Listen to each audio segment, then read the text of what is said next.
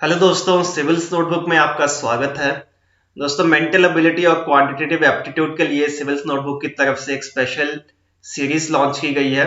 ये उस सीरीज का लेक्चर नंबर 3 है। लेक्चर नंबर 1 में हमने रेशियो एंड प्रोपोर्शन को डिस्कस किया था। लेक्चर नंबर 2 में हमने परसेंटेजेस को डिस्कस किया था और इस लेक्चर नंबर 3 में हम एवरेजेस के कॉन्सेप्ट को डिस्कस करेंगे। दोस्तों, ये जो वीडियो है ये आपको नायब तहसीलदार के एग्जाम में, पंजाब पटवारी के एग्जाम में और बाकी जो भी गवर्नमेंट एग्जाम जिसमें मेंटल एबिलिटी या क्वांटिटेटिव एप्टीट्यूड का पोर्शन आता है उसके लिए बहुत ही हेल्पफुल रहने वाला है। तो अगर आपने वो 2 वीडियोस अभी तक नहीं देखी हैं तो उनको भी देख लीजिए और इस वीडियो को भी एंड तक जरूर देखिए। दोस्तों, सिविल्स नोटबुक की तरफ से नायब तहसीलदार 2021 के लिए एक स्पेशल टेस्ट सीरीज लॉन्च की गई है। इस टेस्ट सीरीज में आपको टोटल 15 टेस्ट मिलेंगे, जिसका पहला टेस्ट सभी स्टूडेंट्स के लिए एब्सोल्युटली फ्री ऑफ कॉस्ट है। आप इस वेबसाइट को विजिट कर सकते हैं। इसका लिंक भी मैं डिस्क्रिप्शन बॉक्स में डाल दूंगा और सीधा मॉक टेस्ट का लिंक भी मैं डिस्क्रिप्शन बॉक्स में डाल दूंगा। आप अपने ईमेल अकाउंट से साइन अप कर सकते हैं और टेस्ट सीरीज में एनरोल कर सकते हैं। आप फ्री टेस्ट भी अटेम्प्ट कर सकते हैं साइन अप करके। एवरेजेस। एवरेजेस का मीनिंग क्या होता है? एवरेज किसी भी आइटम का अरिथमेटिक मीन होता है। एवरेज का फॉर्मूला क्या होता है? Sum of the items divided by number of total items. So let's say average है 1 2 3 4 5। सो इनका सम क्या होगा? 5 4 9 3 12 2 14 प्लस 1 15। और टर्म्स कितनी है? नंबर ऑफ आइटम्स कितनी है? 1 2 3 4 5। सो इनकी एवरेज क्या होगी? 15/5 इक्वल्स 3। सो एवरेजेस का आपका ये फॉर्मूला याद रखना है। ये बेसिक फॉर्मूला ही हर सब में यूज होगा। एवरेज स्पीड का फॉर्मूला क्या होता है? If a man covers some journey from A to B at u kilometre per hour and return back to A at v kilometre per hour, then the average speed during the whole journey is 2uv divided by u plus v kilometre per our. So let's से कि अगर कोई x आदमी है, वो a to b जाता है 10 kilometre per our में और b टू a वापस आता है 20 किलोमीटर पर आवर में, तो उसकी एवरेज स्पीड क्या होगी? 2 into 10 into 20 divided by 10 plus 20। अब आगे क्या है कि if x is added in all items then the average increases by x। So let's assume कि अगर कोई आइटम्स हैं A1, A2, A3 और इनकी एवरेज कितनी है? x1। तो अगर हम हर आइटम में 2 ऐड कर दें, यानी A1 plus 2, A2 plus 2, A3 plus 3, तो इनकी जो एवरेज होगी वो भी 3 से इंक्रीज हो जाएगी, यानी x1 प्लस 3 इनकी न्यू एवरेज होगी। यही सब्ट्रैक्शन में यूज होगा, यही मल्टीप्लिकेशन में यूज होगा और यही डिवीजन में यूज होगा। तो इसके बाद हम एवरेजेस के इंपॉर्टेंट क्वेश्चंस को डिस्कस कर लेते हैं। फर्स्ट क्वेश्चन देख लेते हैं। A on his deathbed keeps half his property for his wife and divides the rest equally among his 3 sons B, C and D. Some years later, B dies, leaving half his property to his widow and half to his brothers C and D together, shared equally. When C makes his will, he keeps half his property for his widow and the rest he bequeaths to his younger brother D. When D dies some years later, he keeps half his property for his widow and the remaining for his mother. The mother now has 15,75,000. What was the total worth of property? अब हमने निकालना है यहाँ पे कि total property कितनी थी। So let's assume कर लेते हैं कि ए के पास total x amount of property थी, तो हाफ इसकी वाइफ के पास जाएगी और बाकी इसके बच्चों के पास जाएगी। तो वाइफ के पास कितनी जाएगी? x/2 और सन्स के पास कितनी जाएगी? x/2। और ये जो x/2 है ये तीनों बेटों में इक्वली डिवाइड होगा। तो अगर ये तीनों बेटों में इक्वली डिवाइड होगा तो x/2 को डिवाइड बाय 3 करेंगे। x/2 डिवाइड बाय 3, तो ये हम कैसे लिखते हैं? x/2 मल्टीप्लाई 1/3, तो ये किसके इक्वल होगा? x/6 के इक्वल। अब b के पास कितनी प्रॉपर्टी है? x/6 और इसकी हाफ प्रॉपर्टी ये अपनी वाइफ को दे देता है, तो हाफ प्रॉपर्टी इसकी कितनी होगी? x/12। और जो बाकी का x/12 होगा वो इसके बाकी भाइयों को मिलेगा, तो x बाई 12 का बाकी हाफ निकालेंगे तो यहाँ पे आएगा x बाई 24 और यहाँ पे भी आएगा x बाई 24 और ये x बाई 24 किसको जाएगा, c को, और ये जाएगा d को। अब यहाँ पे c का निकाल लेते हैं। अब c के पास कितनी प्रॉपर्टी है, एक x बाई 6 है और एक x बाई 24 है। तो इसकी टोटल प्रॉपर्टी कितनी होगी, 24 एलसीएम में आएगा, 4x plus x is equal to 5x by 24। और ये जो 5x बाई 24 है, इसमें से जो हाफ प्रॉपर्टी होगी ये इसकी वाइफ को जाएगी, यानी 5x बाई 48, और इसमें जो हाफ होगी वो इसके भाई के पास जाएगी, d के पास। 5x बाई 48 ये d के पास जाएगी। अब d की प्रॉपर्टी देख लेते हैं। d के पास टोटल स्टार्टिंग का उसके पास x बाई 6 है, उसके बाद उसके पास आया x बाई 24 और लास्ट में 5x बाई 48। तो यहाँ पे लिख लेते हैं x by 6 plus x by 24 plus 5x by 48। इसकी टोटल प्रॉपर्टी अब कितनी होगी, 8x plus 2x plus 5x। तो ये किसके इक्वल है, 15x बाई 48 के इक्वल। अब इसमें से इसकी हाफ प्रॉपर्टी इसकी वाइफ को जाएगी और रिमेनिंग इसकी मदर के पास जाएगी। तो इसका हाफ कितना होगा, 15x बाई 96 और इसका हाफ होगा 15x बाई 96। अब मदर के पास स्टार्टिंग की x बाई 2 थी और लास्ट में 15x बाई 96 और ये किसके इक्वल था, 15,75,000 के इक्वल। अब इसका निकाल लेते हैं यहाँ पे,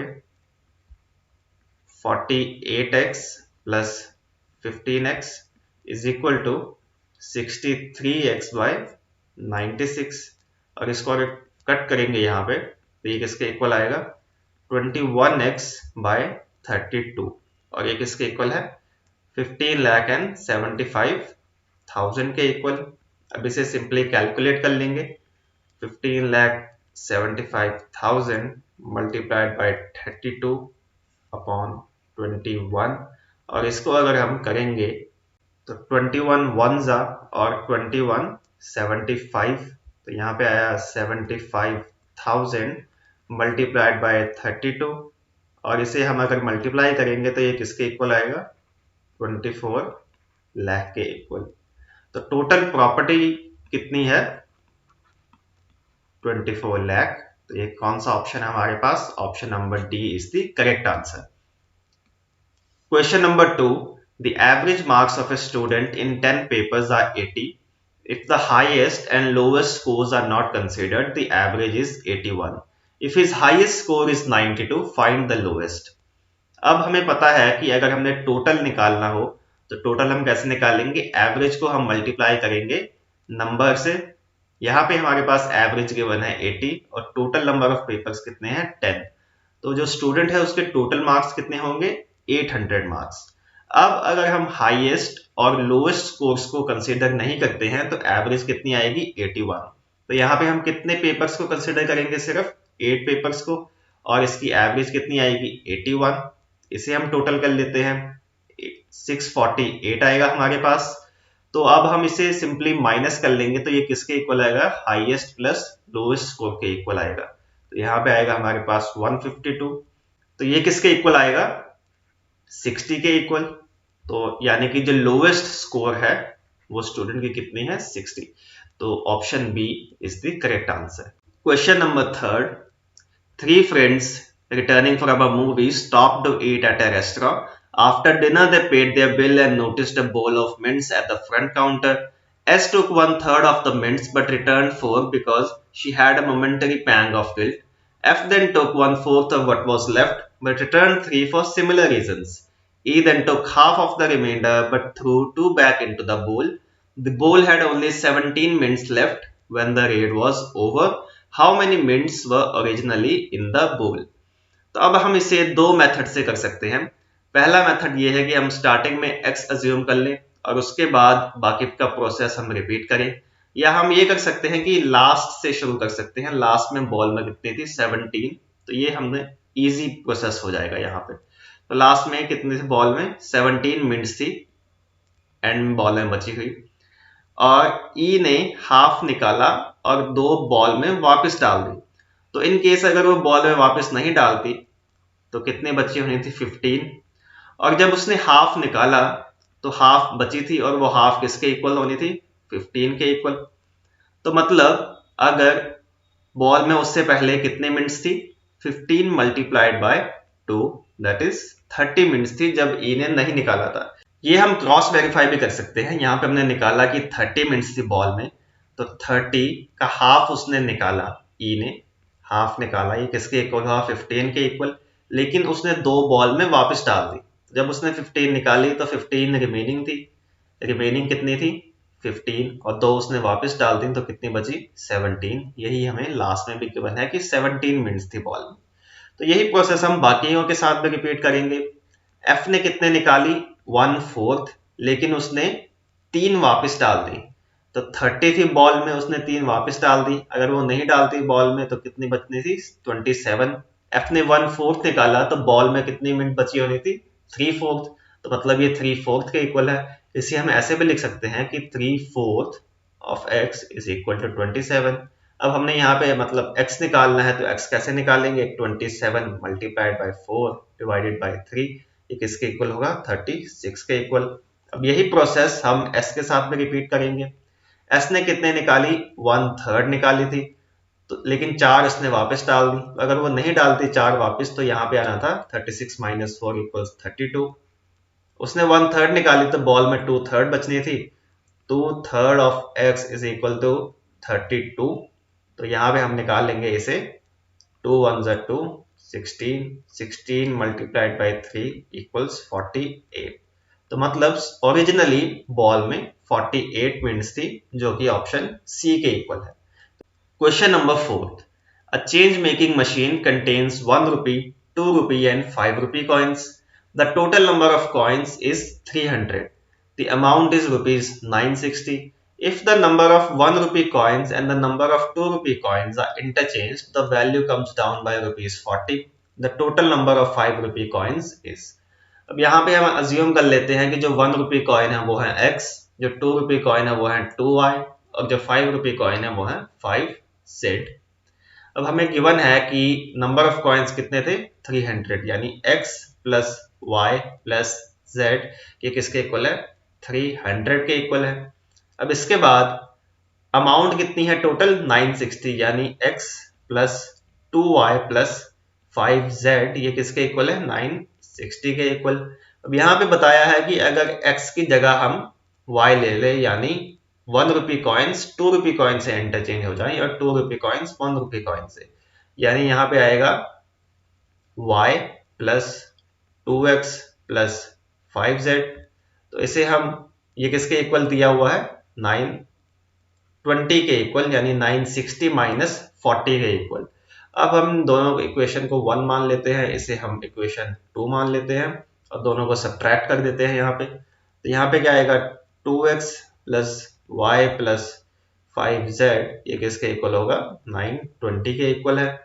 अब सब्ट्रैक्ट कर लेंगे, साइन चेंज हो जाएगा, तो यहाँ पे क्या आएगा 5z कैंसिल हो जाएगा और यहाँ पे आएगा minus x plus y equals 40। इसे हम ऐसे भी लिख सकते हैं y plus y minus x equals 40। अब सेकेंड इक्वेशन में इसे इक्वेशन थर्ड मान लेते हैं और फर्स्ट में से थर्ड को माइनस कर लेते हैं फिर से। x plus 2y plus 5z equals 960 और x plus y plus z equals 300।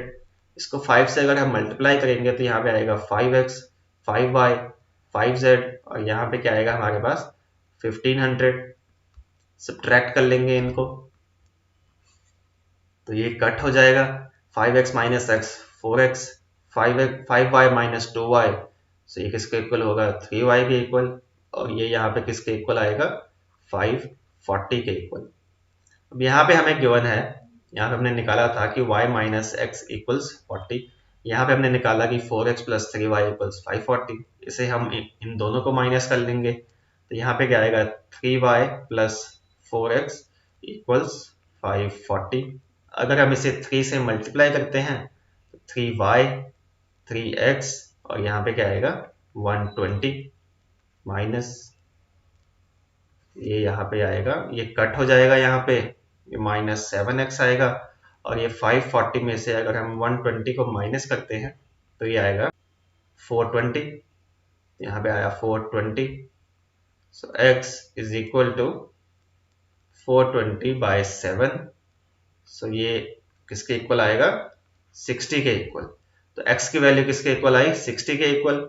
अब y माइनस एक्स क्या था 40, यानी y माइनस एक्स इक्वल्स 40। तो x की वैल्यू कितनी पुट करेंगे -60, सो y माइनस 60 इक्वल्स 40। तो ये वहां जाके प्लस हो जाएगा तो y इक्वल्स 100। तो हमने निकाला कि x की वैल्यू आई हमारे पास 60, y की वैल्यू आई हमारे पास 100 और हमें पता है कि x plus y plus z ये किसके इक्वल है 300 के इक्वल। तो सिंपली z की वैल्यू कैसी आएगी 300 माइनस 60 माइनस 100, यानी z की वैल्यू आई 140 के इक्वल, जो कि ऑप्शन बी है हमारे पास। तो option B is the correct answer. Question number 5. The average weight of 29 students in a class is 48 kg. If the weight of teacher is included, the average weight rises by 500 grams. So find the weight of the teacher. So अब हमें यहाँ पे given है कि 29 students का weight कितना है 48 kg. Number of students कितने हैं 29, average कितना है 48. So हमें पता है कि अगर हम number को average से multiply करते हैं तो हमारे पास आ जाएगा total. सो टोटल वेट निकालने के लिए 29 मल्टीप्लाइड बाय 48, अगर हम इसे मल्टीप्लाई करेंगे तो ये किसके इक्वल आ जाएगा 1392 के इक्वल। अब यहाँ पे नेक्स्ट गिवन है कि if the weight of the teacher is included the average weight rises by 500 grams. So let's assume कि जो टीचर का वेट है वो कितना है t kg। सो यहाँ पे हमें पता है कि 1392 प्लस अगर हम t करते हैं और डिवाइड हम किससे करेंगे, नंबर ऑफ टर्म्स कितनी होंगी अब 29 स्टूडेंट्स जो ओरिजिनली थे और प्लस टीचर यानी 1, ये टीचर है तो ये कितना होगा 30। सो अब हमें 30 से मल्टीप्लाई करना पड़ेगा इसे, यहाँ पे कितना आएगा अब 48.5। सो 1392 plus T equals 48.5 multiplied by 30। सो ये किसके इक्वल आएगा 1455 माइनस 1392 इक्वल्स टी। सो ये किसके इक्वल आएगा 63 के इक्वल आएगा। So option C 63 kgs is the correct answer. अब इसका एक शॉर्टकट मेथड भी देख लेते हैं। शॉर्टकट मेथड के लिए ये फॉर्मूला आप याद रखिए कि if in a group one or more new quantities are added or excluded, then the new quantity or sum of the added or excluded quantity is equal to change in the number of quantity multiplied by original average plus minus change in average multiply final number of quantities। और positive और negative quantity sign हमने तब लेने हैं अगर quantity add हो रही हो तो हमने पॉजिटिव साइन लेना है, अगर क्वांटिटी रिमूव हो रही हो तो हमने नेगेटिव साइन लेना है। तो पिछले सम में क्वांटिटीज में कितना चेंज हो रहा था 1 का, क्योंकि सिर्फ टीचर इंक्लूड हो रही थी। ओरिजिनल एवरेज हमें कितने गिवन थी 48। अब हमें प्लस करना है यहाँ पे क्योंकि यहाँ पे क्वांटिटी ऐड हो रही है, तो यहाँ पे हम करेंगे प्लस। चेंज इन एवरेज कितना है 500 ग्राम्स यानी कि 0.5 और फाइनल नंबर ऑफ क्वांटिटीज कितनी है 30 क्योंकि 29 प्लस 1। सो यहाँ पे क्या आएगा 48 प्लस 30 इंटू 0.5। सो ये किसके इक्वल है 15 के इक्वल, तो ये किसके इक्वल आएगा 63 kgs के इक्वल। सो ये फॉर्मूला बहुत ही इंपॉर्टेंट है, आप इसे याद रख सकते हैं, आपका टाइम इसमें बहुत आसानी से बच जाएगा। तो इसी के साथ हमारी एवरेजेस की वीडियो आज यहीं पे खत्म होती है। अगर आपने हमारे चैनल को अभी तक सब्सक्राइब नहीं किया है तो सब्सक्राइब कर दें और बेल नोटिफिकेशन भी क्लिक कर दें। इस वीडियो को लाइक करें, शेयर करें और सब्सक्राइब करें हमारे चैनल को। हमारे फेसबुक पेज से आप जुड़ सकते हैं सिविल्स नोटबुक, हमारी वेबसाइट का लिंक है www.civilsnotebook.com। आप हमें टेलीग्राम में भी कांटेक्ट कर सकते हैं, ये हमारा व्हाट्सएप नंबर है, और आप हमें इंस्टाग्राम में भी फॉलो कर सकते हैं। दोस्तों मिलते हैं अगली वीडियो में, तब तक के लिए थैंक यू।